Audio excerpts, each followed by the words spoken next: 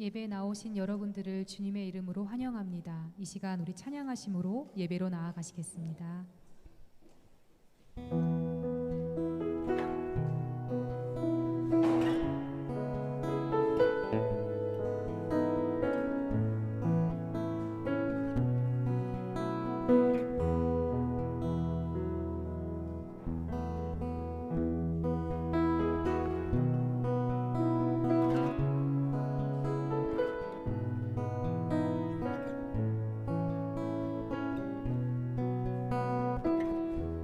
주 앞에 엎드려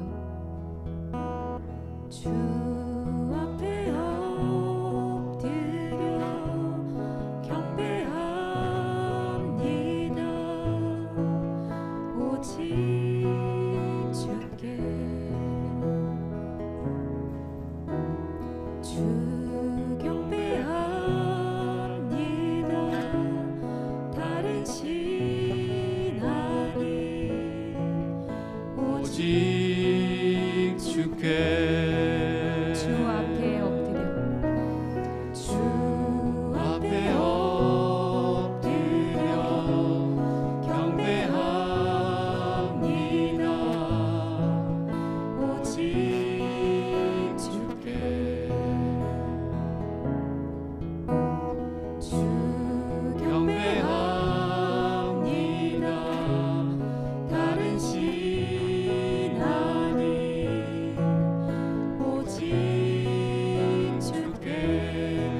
나의 모든 우상들 나의 보좌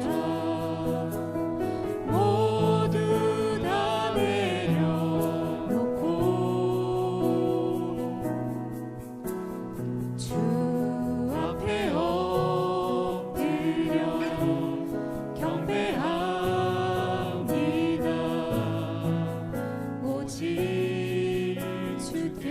우리 처음부터 다시 고백합시다. 주 앞에 엎드려 앞에 엎드려 경배합니다. 오직 주께 주 경배합니다. 주 경배합니다. 다른 신 아니 오직 주께 나의 모든 우상 나의 모든 우상을 나의 보좌 모두 다 내려놓고 주 앞에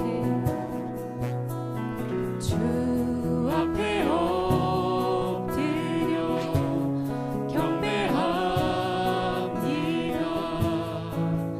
오직 주께 나의 모든 우상 나의 모든 우상을 나의 보좌 모두 다 내려놓고 나의 모든 우상들 나의 모든 우상들 나의 보좌 모두 다 내려놓고 우리 전심으로 고백합시다. 나의 모든 우상들 나의 보좌 모두 다 내려놓고 우리 한 번 더 고백합시다. 나의 모든 우상들 나의 보좌 모두 다 내려놓고 주 앞에 엎드려 주 앞에 엎드려 경배합니다.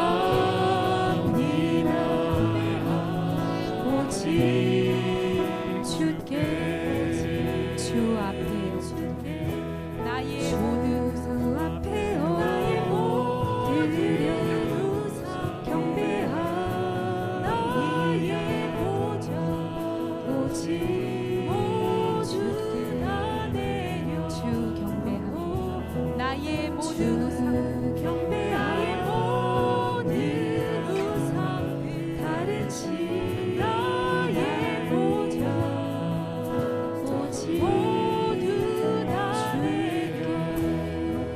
진심으로 고백합시다. 나의 모든 우상들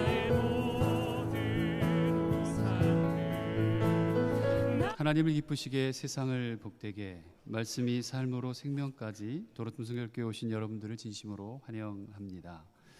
주보를 참조해 주시기를 바라고요.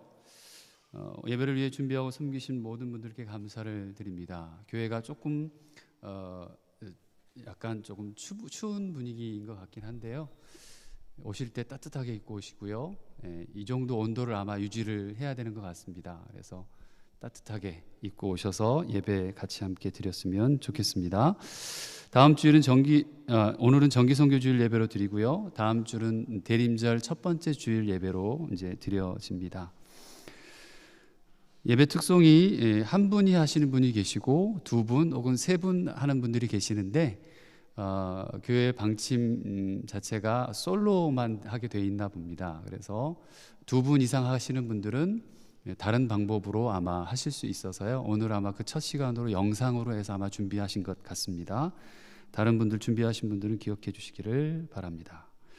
12월 첫째 주 6일이죠. 올해는 조금 일찍 총 재직회를 하려고 합니다. 결산과 또 2021년 예산을 위한 그 모임입니다. 그래서 각 부서 담당하시는 분들은 각 부서 부장님들에게 결산과 예산을 또 잘 준비해서 12월 4일 금요일까지 좀 보내주시면 감사하겠습니다. 이번 한 주 동안 핀란드 땅을 위해서 기도해 주시고요. 자비오이쿠스를 위해서 기도해 주시기를 바랍니다. 감사합니다. 자리에 일어나셔서 하나님의 존전에서 찬양하시겠습니다.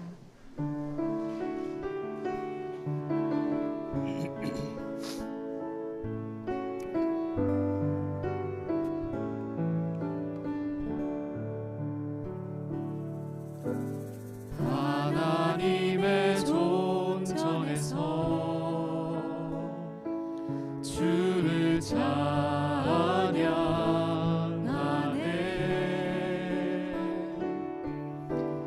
하나님의 존전에서 주를 찬양하네.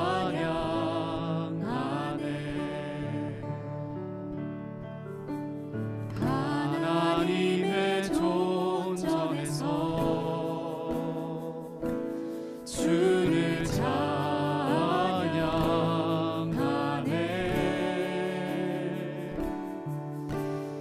하나님의 존전에서 주를 찬양하네.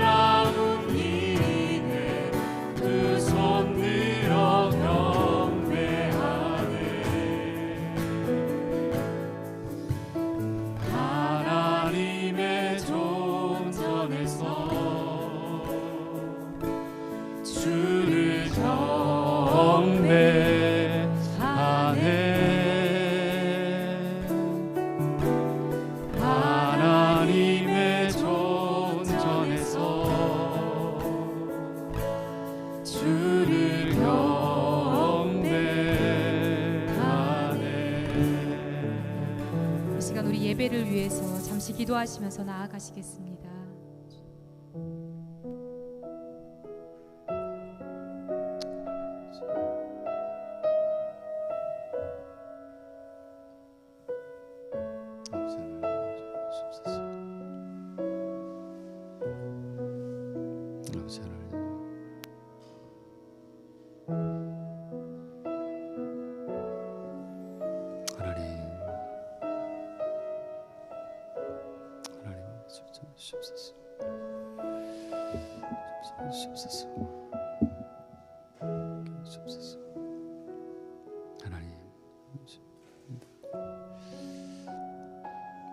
아버지, 아버지,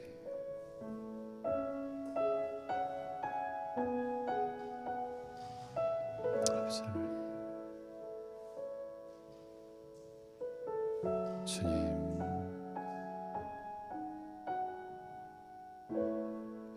아버지,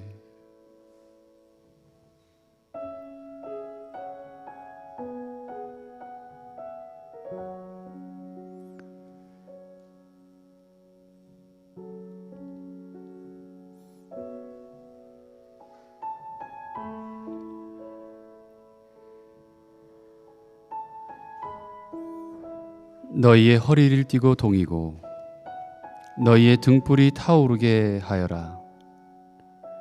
나의 영혼이 잠잠히 하나님만 바랍니다. 나의 구원이 그에게서 나옵니다. 찬양을 받으실 하나님, 세세토록 영광의 왕이 되셔서 경배와 찬송을 받아 주시옵소서.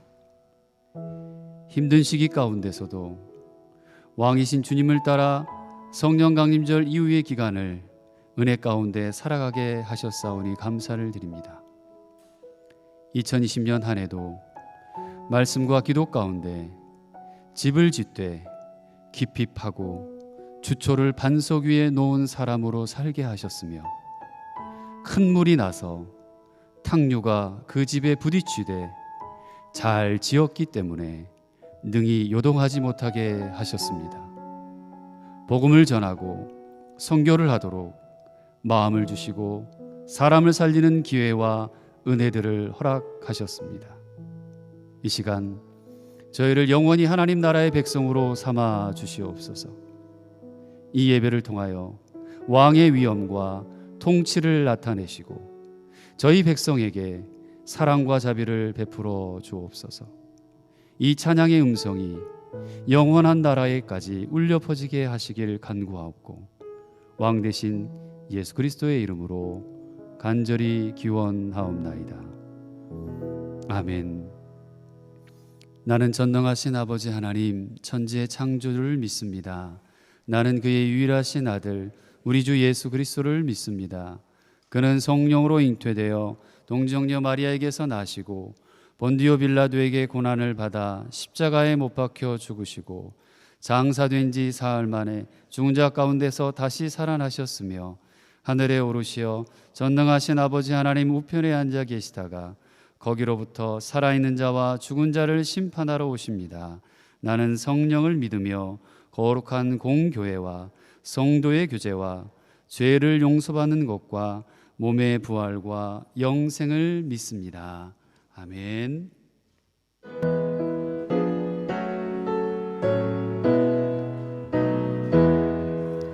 나의 생명 드리니 주여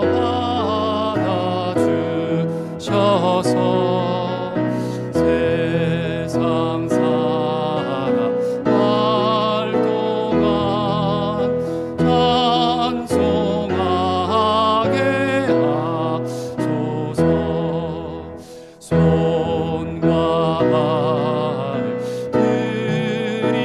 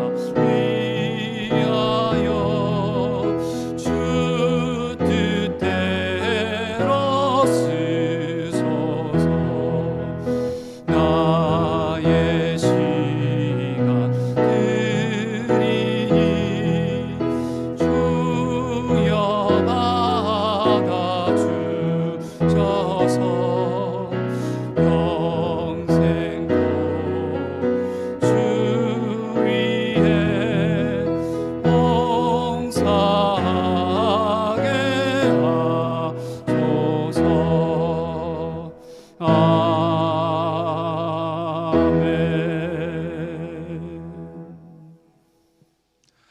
하나님 아버지 감사합니다. 창세전부터 우리를 택하여 자녀 삼아 주시고 저희가 무엇이기에 생각하시고 사랑해 주시는지 크신 은혜에 감사와 찬양을 올려드립니다. 아무 공로 없지만 의롭다 여겨주시고 구속하여 주신 은혜 또한 감사합니다. 예수님의 사랑으로 주님의 날 예배당에 모여 그리고 온라인으로 하나님께 예배드릴 수 있는 은혜 주시니 감사합니다. 저희가 드리는 찬양과 경배를 기쁘게 받아주시옵소서. 하나님, 우리의 연약함을 긍휼히 여겨주시옵소서. 우리가 하나님 앞에 바로 서지 못하고 기도하지 못한 것을 회개합니다. 바이러스보다 이기적인 삶, 음란과 탐욕, 시기와 질투, 거짓된 일들이 더 무서운 전염병임을 고백하고 회개합니다. 이 시간 머리 숙여 회개하는 영혼들 기억하시고 죄를 사하여 주시옵소서.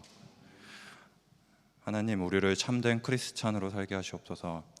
저희에게 맡기신 일터를 돈 버는 수단으로 생각하고 삶의 자리에서 아무런 영향력 없이 살다가 교회에서만 잘 해야지라는 생각을 버리고 모든 영역이 하나님의 절대 주권 아래에 있는 믿음으로 살게 하시옵소서.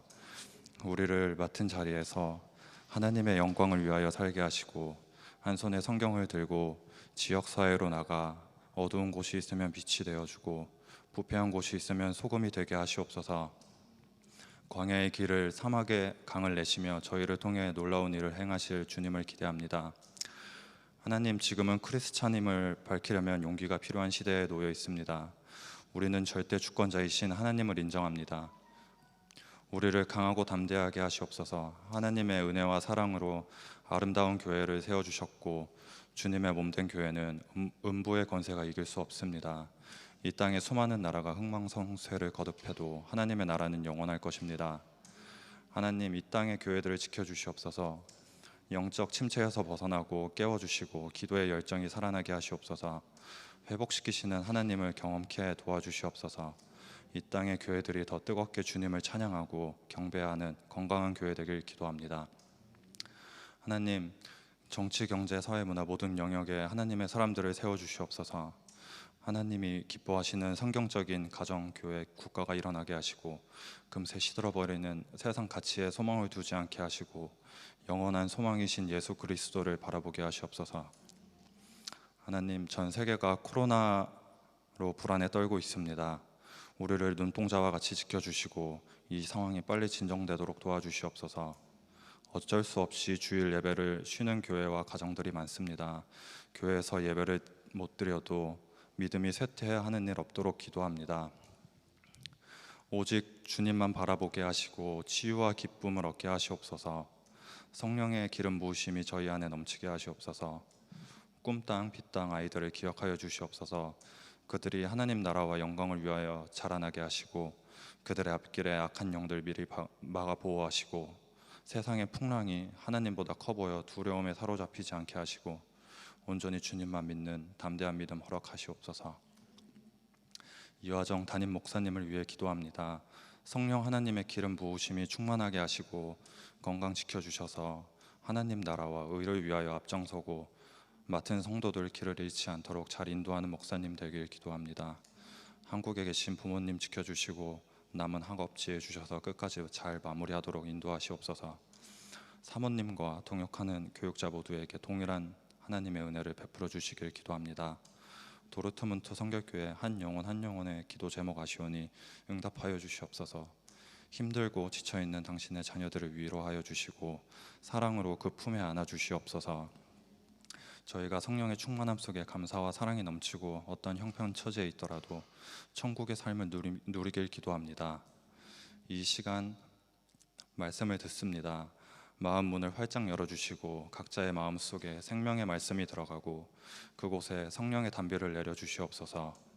특별히 준비한 영상 특송 하나님 기뻐 받아주시옵소서. 마지막으로 하나님을 사랑하는 마음으로 예배를 준비한 손길들, 영상, 음향, 반주, 청소, 정리, 온도 체크 등등 작은 일들까지 기억하여 주시고 축복하여 주시옵소서. 예배의 시종을 주님께 의탁하며 살아계신 예수님의 이름으로 기도드립니다. 아멘.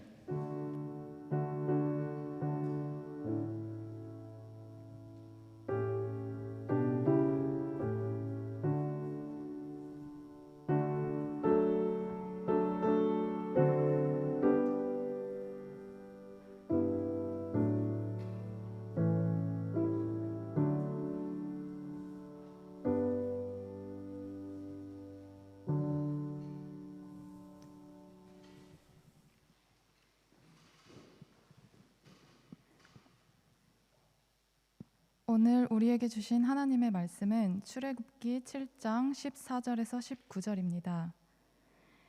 여호와께서 모세에게 이르시되 바로의 마음이 완강하여 백성 보내기를 거절하는도다. 아침에 너는 바로에게로 가라. 보라, 그가 물 있는 곳으로 나오리니 너는 나일 강가에 서서 그를 맞으며 그 뱀 되었던 지팡이를 손에 잡고 그에게 이르기를 히브리 사람의 하나님 여호와께서 나를 왕에게 보내어 이르시되 내 백성을 보내라. 그러면 그들이 광야에서 나를 섬길 것이니라 하였으나 이제까지 내가 듣지 아니하도다. 여호와가 이같이 이르노니 내가 이로 말미암아 나를 여호와인 줄 알리라. 볼지어다 내가 내 손의 지팡이로 나일강을 치면 그것이 피로 변하고 나일강의 고기가 죽고 그 물에서는 악취가 나리니 애굽 사람들이 그 강물 마시기를 싫어하리라 하라. 여호와께서 또 모세에게 이르시되 아론에게 명령하기를 내 지팡이를 잡고 내 팔을 애굽의 물들과 강들과 운하와 못과 모든 호수 위에 내밀라 하라. 그것들이 피가 되리니 애굽 온 땅과 나무 그릇과 돌 그릇 안에 모두 피가 있으리라. 이는 살아계신 하나님의 말씀입니다. 아멘.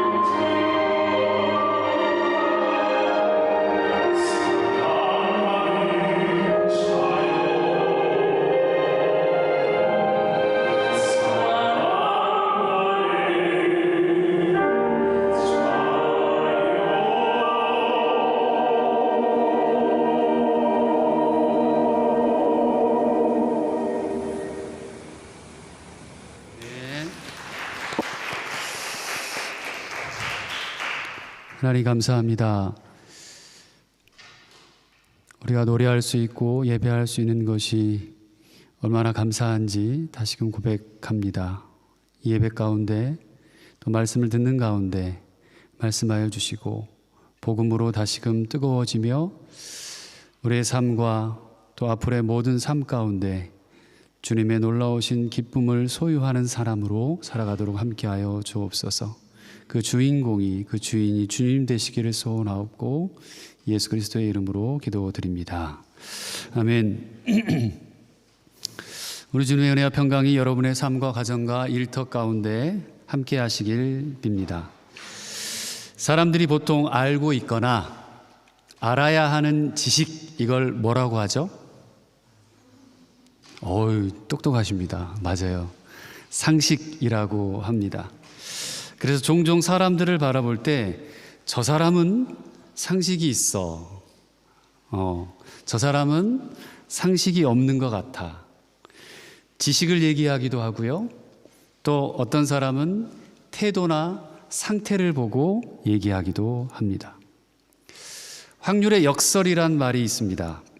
예로 들어보겠습니다. 지금 여기에 약 30명 이상, 36명이 다 되는지 모르겠습니다만 성도님들이 앉아 있어요. 지금 저희 교회 성도들이 많이 가고 약 한 지금 70여 명 정도 어른들만 남았어요. 꿈땅 비땅 포함하면 지금 세보니까 한 100여 명 정도 되는 것 같아요. 이들 가운데 최소 2명의 생일이 같을 확률은 얼마일까요? 2명의 생일이, 여기에 지금 2분의 생일이 같을 확률 360대 1 1년 우리가 365일이라고 그러잖아요. 70명, 2명의 생일이 최소한 같을 확률이 100%에 가깝답니다. 50명 이상이면 97%, 70명부터는 99.9% 넘어선대요. 몇 명이 모여서 이야기를 나누다 보면 나와 생일이 같은 사람을 생각보다 쉽게 만나게 되는 이유가 거기 있대요. 확률의 역설. 지금 이곳에도 저와 생일이 같은 분이 있어요. 밑에 계시나 보다. 박희정 전사님이 저랑 생일날이 같아요. 또 제가 세어봤어요. 생일을 1월 달 달력부터 시작해서 12월 달까지 쭉 봤더니 아이부터 어른까지 우리 교인이에요. 생일이 같은 날에 있는 사람이 43명이나 되더라고요. 34명, 33명. 예를 하나 더 들어보겠습니다. 제가 편지 한 통을 미국이라고 합시다. 그렇죠. 미국에 알지 못하는 누군가에 전합니다. 전해야 해요. 보내는 방법은 편지를 받는 수신인을 알 것 같은 사람으로 해서 중간 단계 삼아서 보내는 방법이에요. 몇 명이나 거치면 이 편지가 전달될까요? 30명? 50명? 100명을 거쳐야 될까요? 미국 이 사회심리학자가 이걸 실험을 했대요. 단 2명에서 최대 10명 안에 그 사람한테 편지가 간대요. 내가 그 사람을 몰라. 근데 어찌어찌해서 찾아가지고 그 사람을 알 것 같은 사람에게 편지를 보내면 그 사람한테 전달될 확률이 숫자가 2명에서 10명 안팎으로 줄어든답니다. 세상은 좁아요. 그죠? 여기 와서도 많이 느낍니다. 독일에 와서도 저는 좁은 것 같아요. 독일에 와서도 길가에 사람 만나서 얘기하다 보면 같은 지역, 지방, 심지어는 학교도 같은 경우도 봤어요. 우리의 상식이나 우리가 세상을 바라보고 우리가 가치를 가지고 인생을 살아가는 세계관이라고 그러잖아요. 이 세계관은 그만큼 실은 굉장히 빈약합니다. 우리가 믿고 있는 상식, 더 나아가 합리적이라고 생각하는 결코 그 모든 우리가 생각하는 것들이 상식적이지도 않을 때가 많고요. 합리적이지도 않을 가능성이 크다는 거예요. 여기에 비해 세상에서 우리 인간은 그렇게 살아간대요. 여기에 비해 하나님의 성품은 어떨까요?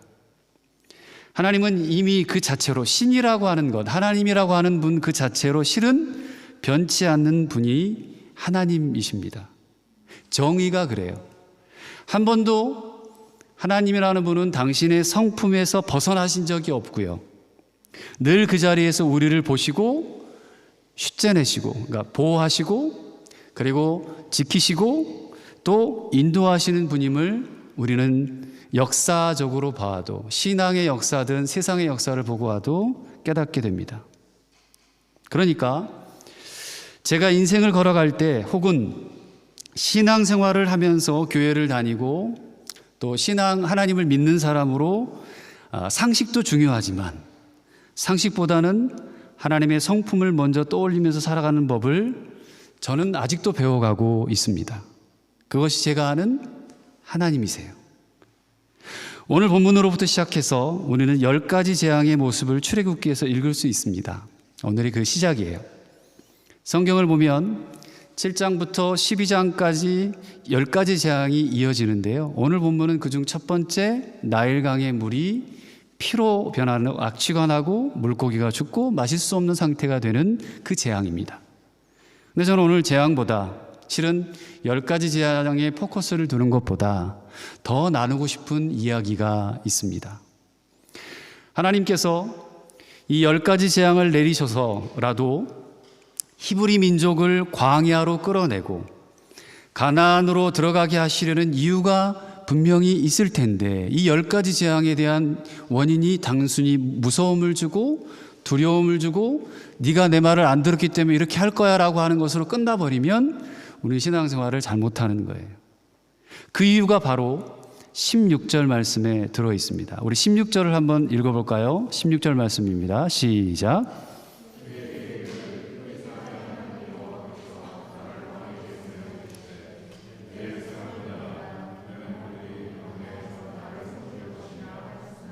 네, 아멘. 그들이 광야에서 나를 섬길 것이니라. 다시 말하면 여호와를 섬기리라, 섬기게 하겠다라는 뜻입니다. 이 말씀은 애굽의 재앙이 내리는 동안 실은 계속 이어집니다. 7장 16절 한번 띄워주실래요? 제가 드린 게 있을 겁니다. 7장 16절에 보면 그들이 광야에서 나를 섬긴다. 8장 1절 볼까요? 그들이 나를 섬길 것이니라. 8장 20절 볼까요? 내 백성을 보내라. 그러면 그들이 나를 섬길 것이다. 9장 1절을 봅시다. 내 백성을 보내라. 그들이 나를 섬길 것이니라. 9장 13절 내 백성을 보내라. 그들이 나를 섬길 것이다. 10장 3절 내 백성을 보내라. 그들이 나를 섬기리라. 하나님은 재앙을 내리실 때마다 한 번도 다른 이유를 말씀하신 적이 없어요. 그들을 불러내시는 유일한 이유로 말씀하시는 것이 뭐라고요? 나를 섬기는 것이다. 하나님은 왜 당신을 섬기는 것을 그렇게도 꿋꿋하게 중요하게 생각하셨을까요? 히브리 민족에게 그것을 왜 그렇게 줄기차게 요구하고 계시는 걸까요? 마치 이 땅의 교회들도 예배가 중요합니다. 예배 드려야 됩니다. 하나님 앞에 예배 드려야 합니다. 왜 중요할까? 출애굽기에서 히브리 민족은 실은 대변혁을 바꿔줘야 되는 변혁을 앞두고 있어요. 민족으로 성장하고 이제 이제 정체성을 가지고 민족을 형성해 가려는 과도기였어요. 그런 그들에게 여호와를 섬기는 것이 왜 그렇게 중요할까? 먹는 거, 마시는 거, 살 거, 나아갈 방향, 어떤 목적 분명히 중요할 텐데 하나라도 중요하지 않는 게 없는데 왜 그 가운데 하나님은 나를 섬기는 거에 포커스를 두셨을까? 그것은 하나님이 우리 인간과의 관계에서 가장 중요하게 여기시는 창조 질서 안에 들어있는 첫 번째 목적이셨고 사명이셨기 때문에 그래요. 하나님이 아브라함이라고 하는 사람을 택하시잖아요. 그죠? 이 아브라함을 택하고 민족을 이루기 위해 하신 것은 그들을 통해 하나님의 구속사를 이어가기 위함이었어요. 내가 너희들을 택하고 너희들을 통해 구원하겠다. 너희들을 통해 많은 사람들이 늘어나게 하겠다. 하나님을 알게 하겠다. 그거였어요. 구속사라고 하는 말이 어렵게 들리면 어렵게 들리는데 쉽게 표현하면 이렇습니다. 하나님과 우리 인간이 다시 인격적인 교제를 나눌 수 있도록 내가 너희를 구원해내겠다 이거예요. 구하겠다 이거예요. 그리고 그 교제라고 하는 것은 우리를 처음 만들 때 하나님의 마음, 하나님을 섬기는 일, 하나님과 함께 동행하는 일, 마치 에덴 동산에서 그게 되는 거예요. 그렇기에 오늘 히브리 민족을 불러내시는 이 사건 속에서도 모든 초점은 그 이유가 하나님을 섬기는 일임을 명확히 해주고 있었던 거예요. 전 세상에 알리는 것과도 같았습니다. 당시에 초강대국인 이집트에, 애굽에 알리는 거였어요. 그리고 무엇보다도 그 하나님의 백성인 히브리 민족에게 알렸던 거예요. 신앙의 가장 중심되는 첫 번째 자리이기 때문에 그랬습니다. 그런데도 저와 여러분들은 그 첫 번째 사명을 감당하는 것이 때론 버거울 때가 있고 어려울 때가 있습니다. 하나님을 섬긴다는 것, 하나님을 예배한다는 것이 왜 그리 버겁고 어려울 수 있을까요? 저는 그 이유를 우리에게서 찾는 게 아니라 오늘 성경 바로가 행하는 일을 보고 깨닫게 됐어요. 아, 그렇구나. 맞다. 바로가 그랬지. 그리고 모든 인간이 그럴 수 있지. 강팍한 바로와 정도의 차이는 있을지 몰라도 그 근본에서는 인간 혹은 저와 여러분들과 거의 다르지 않다는 것을 깨닫게 됐습니다. 하나님께서 계속해서 말씀하세요. 히브리 민족을 보내서 나를 섬기게 하라고 말합니다. 그렇게 보내라고 하는데도 바로는 10가지 재앙이 나왔잖아요. 10번이나 끔찍한 재앙을 경험하면서도 그것을 받아들이지 못합니다. 갈수록 힘들어지는 태도로 버텨요. 마지막까지 바로가 의지하는 게 무엇인가 하고 살펴보니까 그게 바로 자신의 경험이었고 계획이었고 뭔가 그분은 플랜이 있더라는 거예요. 자기가 쌓아왔던 세계관에 갇혀서 버티고 있었어요. 그러면서 자꾸만 머리를 굴립니다.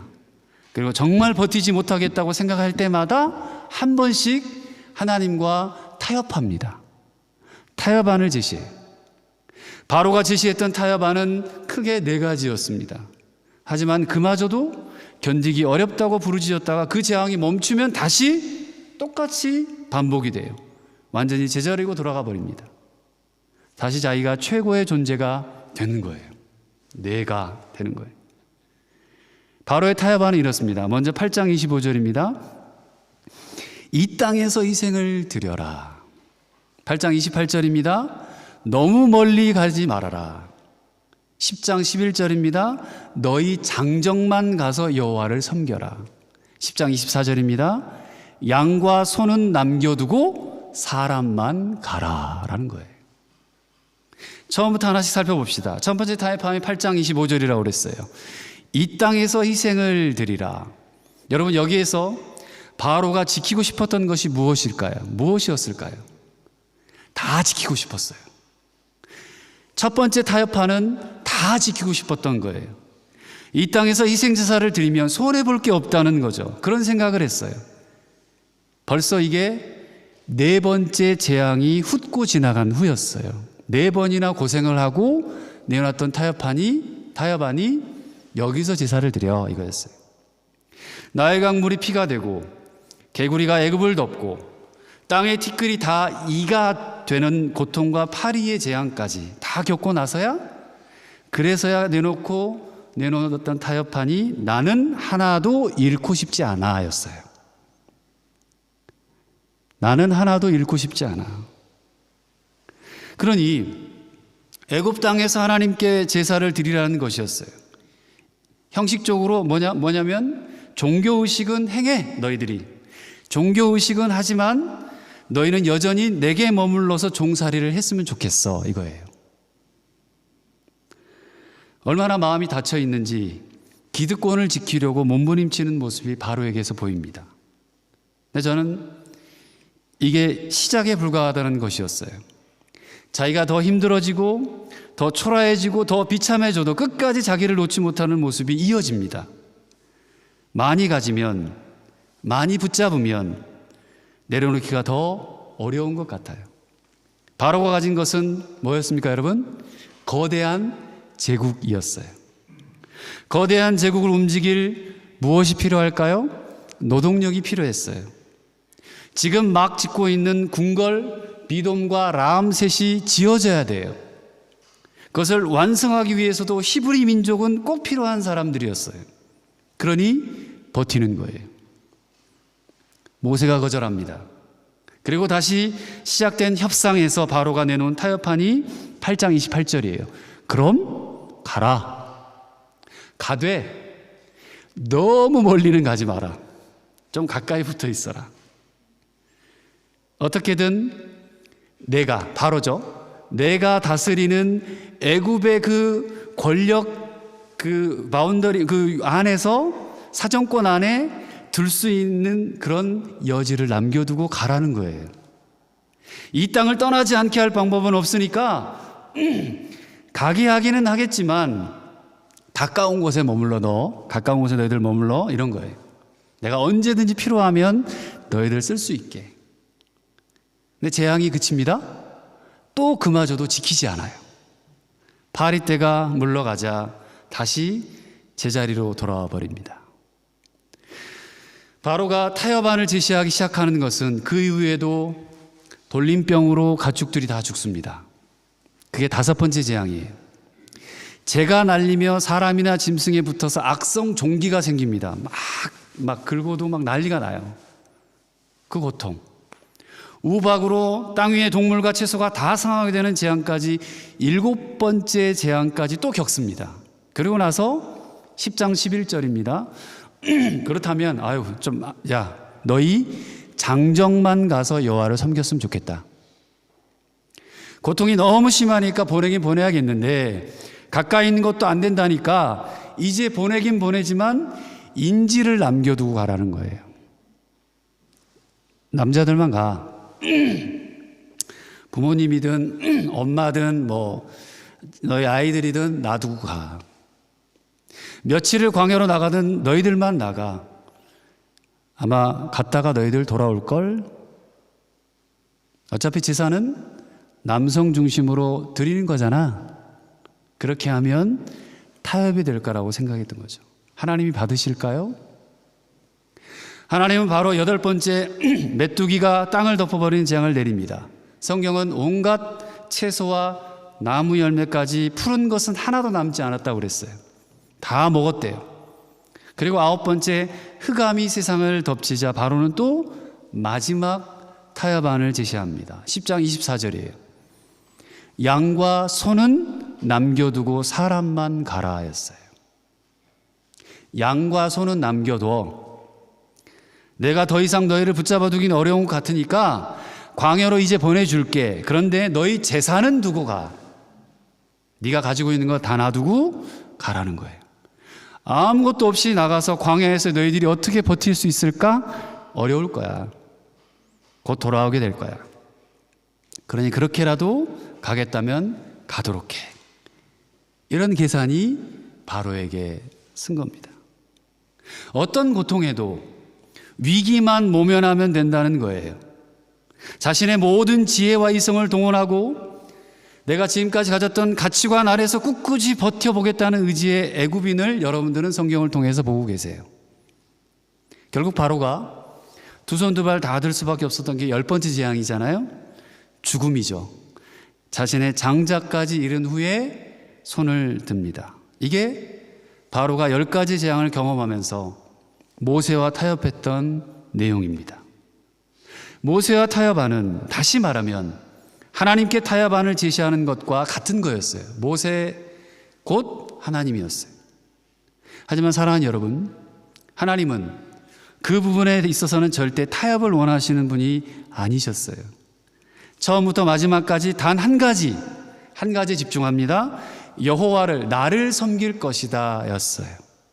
다른 것은 어떤 것도 타협의 조건이 되지 못했던 거죠. 이게 너희를 구속하고 너희를 구원하고 나와 함께 교제를 하게 하는 하나님의 놀라운 계획이셨어요. 그래서 이 출애굽기는 하나님이 히브리 민족 자기 사랑하는 그 백성들을 어떻게 구원해내시는, 그리고 어떻게 그 사람들이 이렇게 뿌리를 내릴 수 있게 하는 그 놀라운 사건들이었습니다. 그래서 우리는 이 출애굽기에서 확실한 하나님의 비전과 우리를 부르신 이유를 알 수 있다는 거죠. 이 땅에 사는, 오늘날 사는 우리의 목적, 존재, 하나님을 왜 예배하는지, 왜 하나님을 교회를 다니는지라고 하는 것을 알게 해주는 말씀인 것도 같습니다. 근데 안타까운 것이 있어요.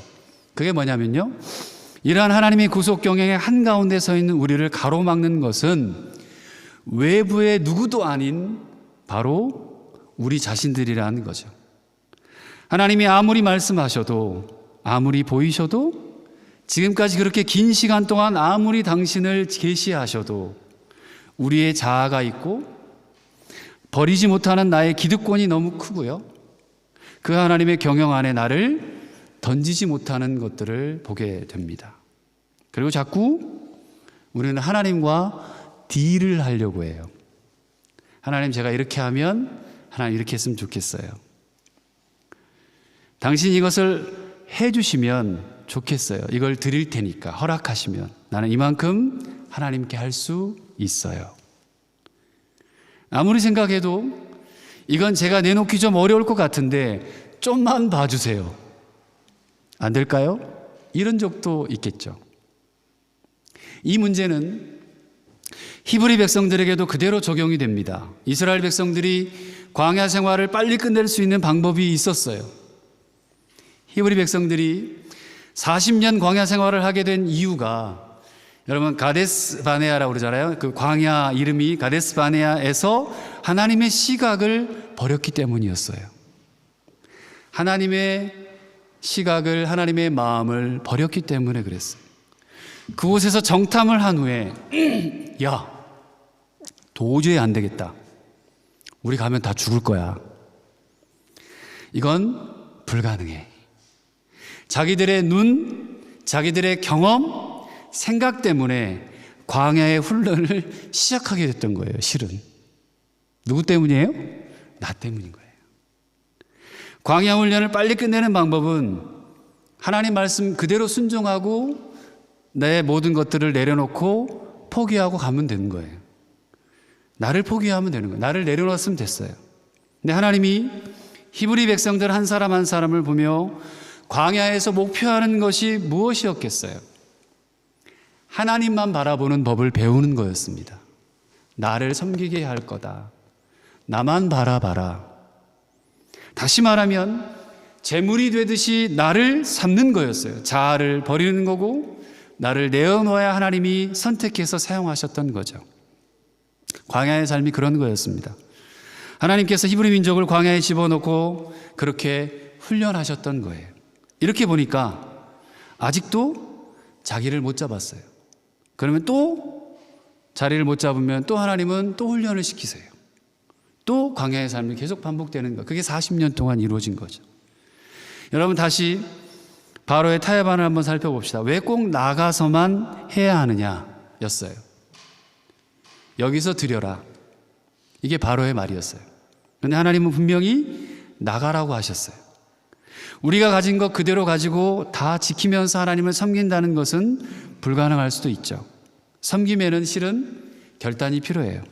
그 결단이 바로 애굽을 떠나는 거였습니다. 그 다음에는 가긴 가지마, 너무 멀리 가지마, 그거였잖아요. 이게 무슨 말입니까? 대충 하라는 거예요. 대충. 그냥 뭐 남들 열심히 하는 사람 있고 너는 그냥 예배 대충 해. 하나님도 대충, 예배도 그냥 타협하면서 이어진 장정만 가라는 거죠. 어른들만 가. 예배에 분열이 생기죠. 섬김의 분열도 일어나죠. 그리고 어쩔 수 없이 다시 제자리로 하나님 없는 곳으로 돌아갈 수밖에 없다는 거예요. 남자들 무슨 힘이 있습니까? 여기 결혼하신 분들 힘 있으세요? 정 집사님? 박 집사님? 우리 이화정 저 힘 없어요. 장로님 깜빡깜빡만 해주십시오. 여자분들이 못됐다는 게 아니라 남자들 별로 힘이 없는 것 같아요. 가족들이 볼모로 잡혀 있어요. 그 얘기입니다. 결국 제자리라는 거예요.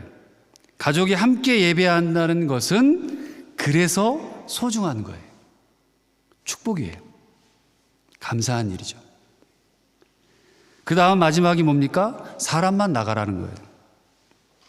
재물 없이 그냥 가. 당시에 재물 없는 제사는 없잖아요. 재물을 드리고 그 재물에 피 흘림이 있어야 했어요. 작으면 작은 대로 재물을 드리고, 그도저도 안 되면 조금만 비둘기라도 아니면 가루라도 드려야 했습니다. 그게 제사였어요. 근데 그걸 다 놓고 가라는 거는, 야, 껍데기만 가라는 거예요. 껍데기만 가. 이제 다 가라. 가되 하나님께 진실된 예배는 하지 말라는 거죠. 이게 바로가 타협 안으로 지시했던 거죠. 결국 하나님께서 그렇게 강조하시고 한 번도 양보하지 않으셨던 그 말씀, 나를 섬겨라. 너희는 나를 섬겨라. 너희는 나를 섬길 것이니라 는 말씀을 이룰 수 없는 타협안이었던 거죠.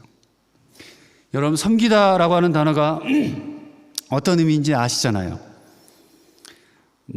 신약에서도 헬라어가 있고 히브리어가 구약에서도 히브리어가 있는데, 예를 들어서 여기서 쓰는 단어는 아바드라는 뜻이에요. 섬기다라는 뜻이. 여기서는 노예의 신분이 되다는 뜻이에요. 히브리 민족들은 애굽의 노예잖아요. 현재 애굽의 노예예요. 바로의 노예예요. 그런데 이제 여호와를 섬긴다고 할 때 그때의 의미는 뭐죠? 이제 노예가 어디로 갑니까? 주인이 바뀌는 거예요. 주인이 완전히 바뀌었다는 걸 의미하는 거예요. 지금까지는 바로가 주인이었고 애굽의 노예로 살았지만, 이제는 너희가 나를 섬긴다라고 하는 것은 이제 너희의 주인이 바뀌는 거야. 애굽이 아니라, 바로가 아니라 나 여호와 하나님이야. 그분이 너희 백성의, 너희 삶의 앞으로의 주인이야. 우리의 신분적인 배경이 애굽이 아니라 하나님이 되는 거죠. 하나님의 나라에 소속된 시민이 되는 거예요. 하나님은 근본적으로 주인이 바뀌어야 한다고 강조하시는 거죠. 나를 섬기라라고 하는 말은 다 내려놔. 나 여호와가 직접 주인이 될게. 이렇게 구속을 선포하는 것이라는 거예요. 그런데도 우리는 모르겠어요. 아직도 이런저런, 아까 4가지라고 그랬잖아요. 더 있을 수도 있어요.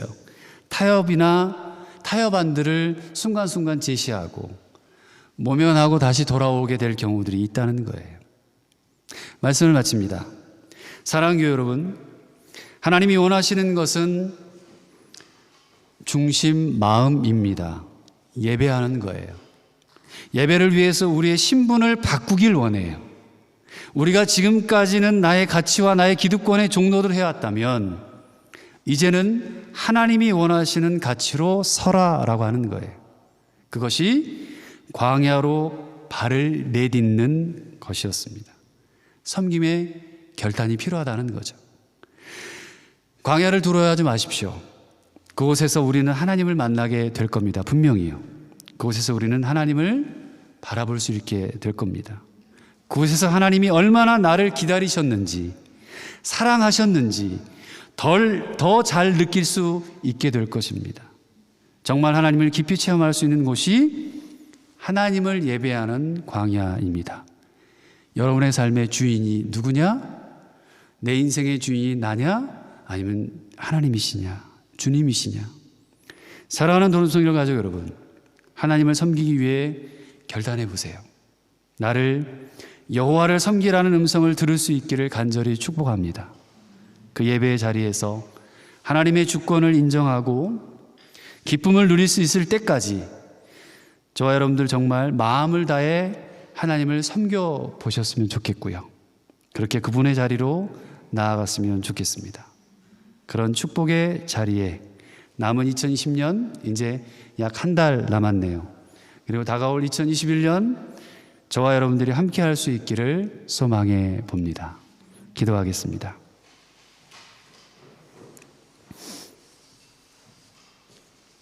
오늘 말씀은 광야에서 나를 섬길 것이라 그렇게 말씀하셨어요.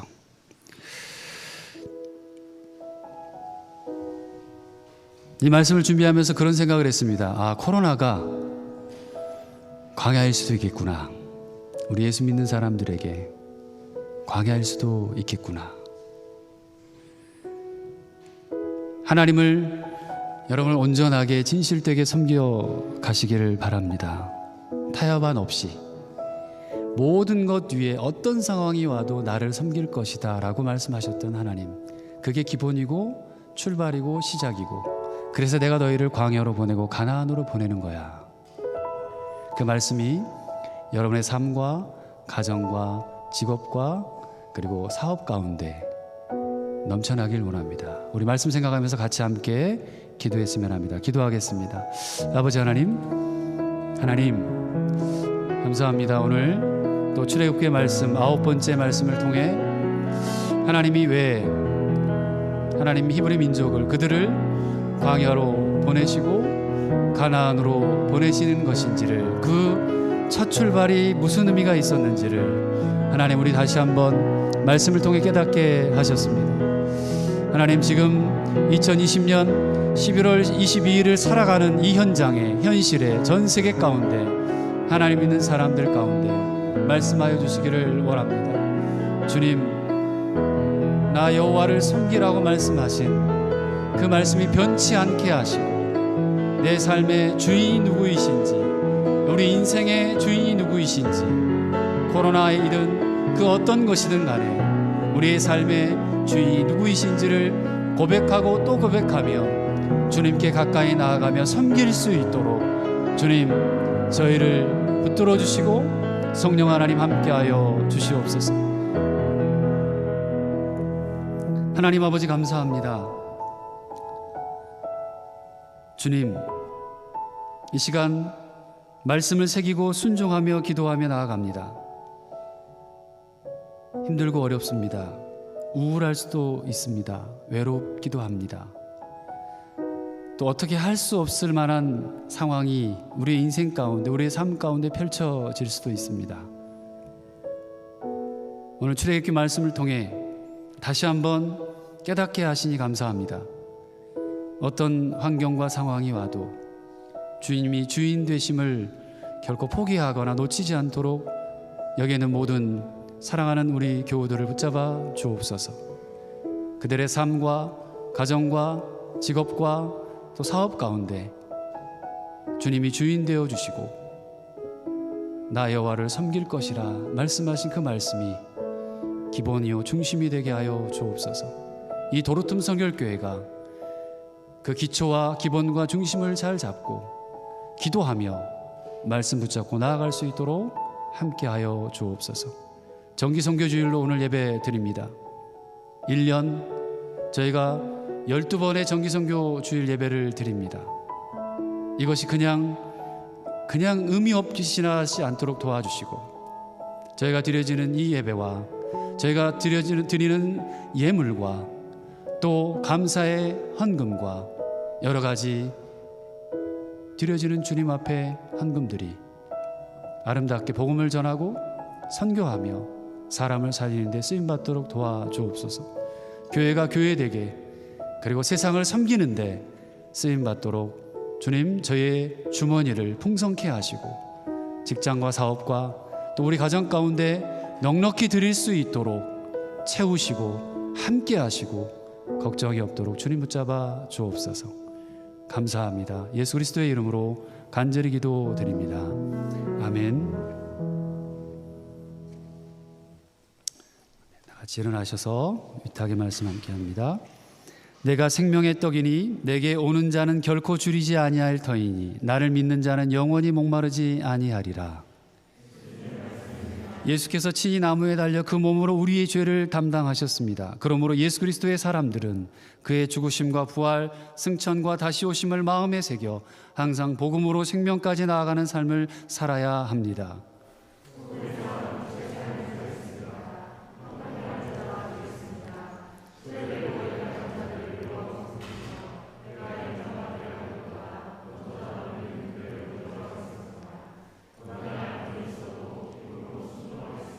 함께합니다. 주님께서 함께하십니다. 주님의 뜻대로 붙드시며 복음으로 제자로 살고 생명을 살리기까지 주님의 뜻대로 인도하소서. 아멘. 지금은 우리 주 예수 그리스도의 은혜와 하나님의 크신 사랑과 성령님이 함께하시고 도우시며 위로하시고 치료하시는 충만의 역사가 오늘 여호와만을 섬기기로 다짐하고 소원하는, 아니 그 어떤 상황 환경 가운데서도 주님이 우리의 주인 되어 주심을 기뻐하고 감사하며 고백하며 나아가기로 다짐하고 소원하는 이 자리에 머리 숙인 하나님의 자녀들을 위해, 그들의 삶 전체 위에, 가정과 직업과 사업 위에, 교회 위에 이제로부터 영원토록 함께하옵시기를 간절히 축원하옵나이다. 아멘.